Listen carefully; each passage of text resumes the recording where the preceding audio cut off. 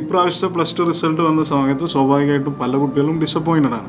പ്രത്യേകിച്ചും science background പഠിച്ചിട്ടുള്ള കുട്ടികളെ കുറിച്ച് പറയുമ്പോൾ ലാസ്റ്റ് ഇയറിനേക്കാൾ പാസ് പെർസെൻറ്റേജിൽ നല്ല വ്യത്യാസമുണ്ട്. കെമിസ്ട്രിയുടെ കേസ് ആണെങ്കിൽ ഈ വർഷം 27,000-ഓളം കുട്ടികൾ തോറ്റുപോയിട്ടുണ്ട്, ഫെയിൽ ആയിട്ടുണ്ട് എന്നുള്ള കെമിസ്ട്രിയിൽ മാത്രം. സിമിലർ കേസാണ് ഫിസിക്സ് ആണെങ്കിലും ബയോളജിയിലാണെങ്കിലൊക്കെ. അപ്പോൾ നോർമലി +2 സയൻസ് പഠിക്കുന്ന കുട്ടികൾ കൂടുതലായിട്ടും കഴിഞ്ഞ കുറച്ച് വർഷത്തെ ട്രെൻഡ് എടുത്ത് നോക്കുമ്പോൾ മെഡിക്കൽ ബാക്ക്ഗ്രൗണ്ടിലുള്ള കോഴ്സുകളാണ് പ്രിഫർ ചെയ്യാറുള്ളത്. പ്രത്യേകിച്ചും നീറ്റ് എഴുതി MBBS സീറ്റ് നോക്കുന്ന വിദ്യാർത്ഥികളുണ്ട്. അതല്ല BSc നഴ്സിംഗ് ഒരു ബെറ്റർ ഓപ്ഷനാണ്. അപ്പോൾ പല കുട്ടികളുടെയും ഭാവി അല്ലെങ്കിൽ അവരുടെ കരിയർ സ്വപ്നങ്ങളൊക്കെ കോംപ്രമൈസ് ചെയ്യേണ്ട അല്ലെങ്കിൽ അതിൽ ഭയങ്കര തരത്തിലുള്ളൊരു ഡിസപ്പോയിൻമെന്റ് വരുന്ന ഒരു സാഹചര്യമാണ് തീർച്ചയായിട്ടും നിലവിലുള്ളത്. അപ്പോൾ നമ്മളെ സംബന്ധിച്ചിടത്തോളം ഇന്ത്യൻ നഴ്സിംഗ് അക്കാഡമി ഈ ഒരു എന്താ പറയുക മെഡിക്കൽ രംഗത്ത് ഒരു കരിയർ സ്വപ്നം കാണുന്ന കുട്ടികൾക്ക് വേണ്ടി പുതിയ ഒരു പ്രോജക്റ്റ് തന്നെ അനൗൺസ് ചെയ്യാൻ വേണ്ടി ഉദ്ദേശിച്ചിട്ടുണ്ട്.